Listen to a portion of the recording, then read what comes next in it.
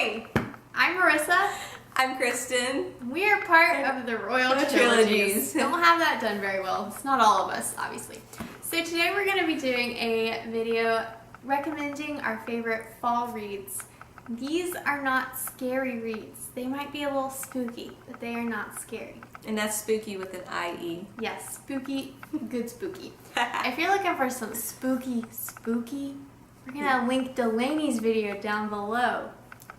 Okay, but today it's not spooky. So, would you like to start? I'll go ahead and start. So, in true Kristen fashion, I kind of forgot about this, so I'm winging it again, y'all. So, for fall reads, what I think about is, well, fall is actually my favorite time of year, but when I think of fall, I do think of things dying and everything like that. It's a little bit depressing, but I mean, I do have some books here that do kind of lift me up a little bit during the fall time.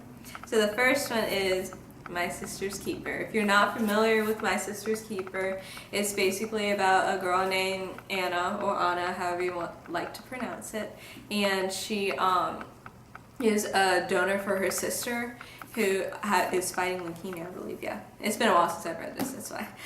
Who's fighting leukemia, and so she is beginning to realize like some different ethical things about just being a donor for her sister. And so it's definitely a sad book, but I mean there are some funny parts in it as well. I mean, she's a little bit sassy too, and I always like a good sassy read. So this is definitely a good book to read during the fall. And it's pretty thick, as you can tell too, so it may take a while to get through.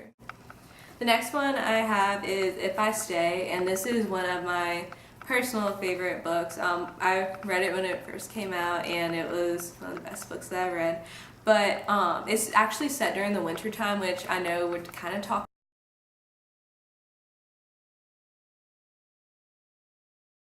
about fall, but you know, fall leads to winter, so I just thought this would be early fall. Early fall, yeah, that's true, very early fall.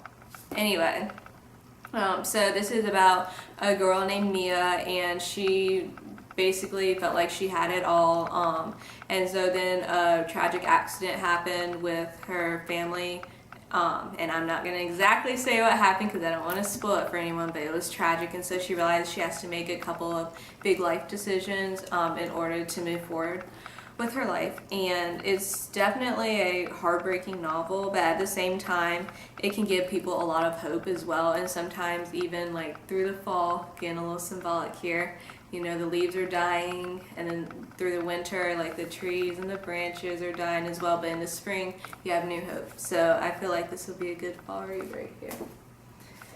Then I also have The Outsiders. It's a little bit of an older book, but I definitely love it, and the movie's really good too. So if you're more of a movie person, you should probably read the book. I'd rather first. I was just thinking, like, there's adaptations of all of this you've talked about so far.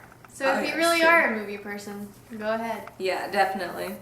But for The Outsiders, it's basically about the greasers. So if you were in the 60s, like if you happen to have grown up in the 60s, if you're watching our video, or you just know a lot about it, it'd be a perfect book for you. It's about the greasers, and they're against like the Sox, so like the preppy guys, and it basically is a story of loyalty and friendship, and I don't know, it can be a little bit depressing, but one of the main poems that they talk about in the book was, what was this, like something about gold. Have you ever read Stay Golden? Yeah, Stay Gold Pony Boy. And so I thought about this book. gold leaves, so that's why I think it would be perfect for fall. Just saying. So there you go, The Outsiders. Finally, I used to be obsessed with this book. I read it, I want to say at least once a month. So it's called School Spirits.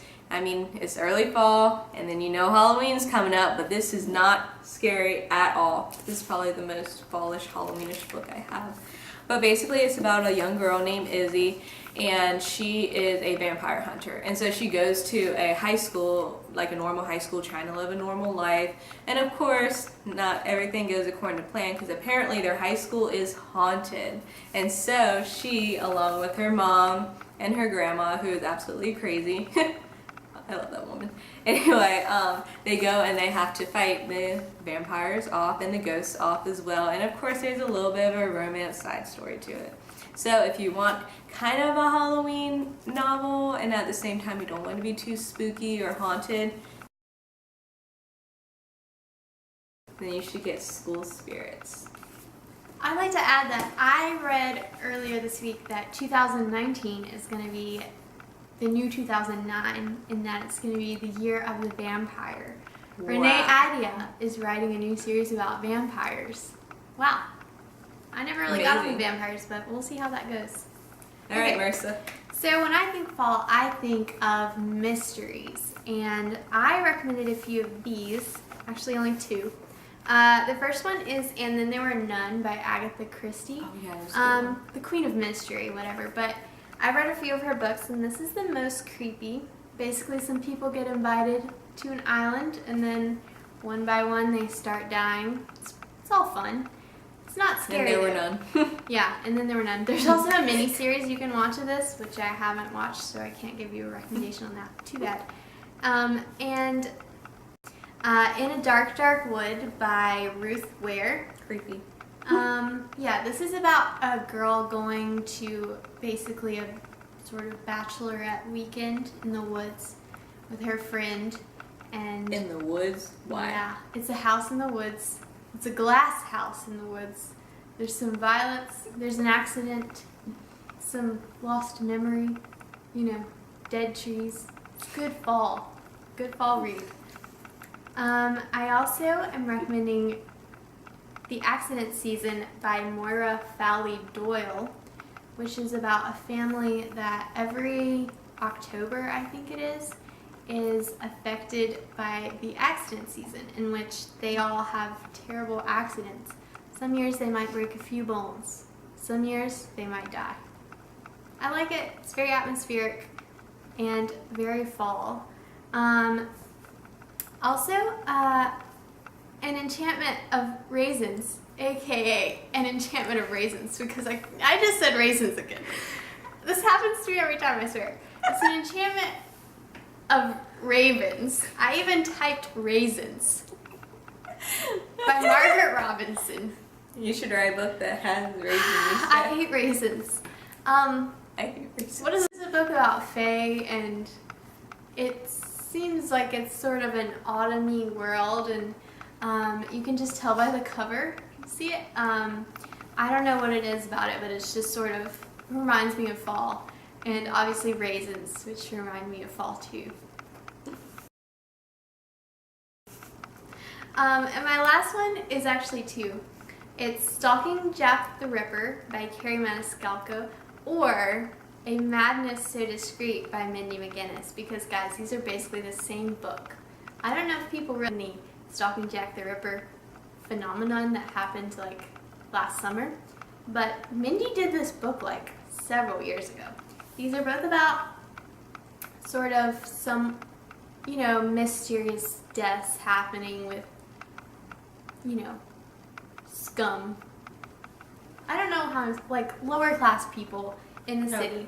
And someone's trying to solve the murder who is involved with science and autopsying and stuff. Mm-hmm. And it's creepy, but it's not scary. And it is also, I guess, a mystery. And sort of thrilling. They're enjoyable. I guess if I had to recommend one, I would recommend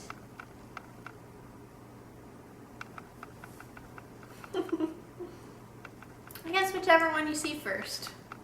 Either one of them is even better than the other one. I don't know. Whatever. If I had to recommend one, I'd probably say School Spirits, because that's the most Halloweenish that I talked about. Oh. The other three are kind of depressing, so if you're into those types of books, like... If you want a depressing fall, yeah, go basically. for those. I didn't know I was recommending one of my books. I was recommending one of the last two. But if I was recommending one for the most spooky fall, but not scary fall, I would go for And Then There Were None. But if the most fun is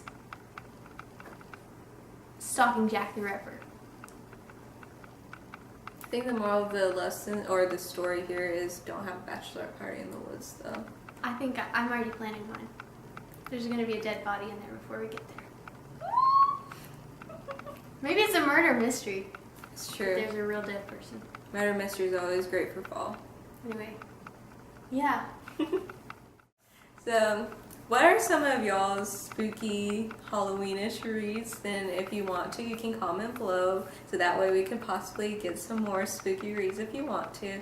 Be sure to like and subscribe to us, the Royal Trilogies. We're also on Goodreads. Is that We're on Spotify. And Spotify. Y'all should listen to our playlist. We don't have any. Yeah, we we might really don't. someday. Alright. But yeah. Yeah. Alright, thank you guys so much. Have a great Halloween. Woo!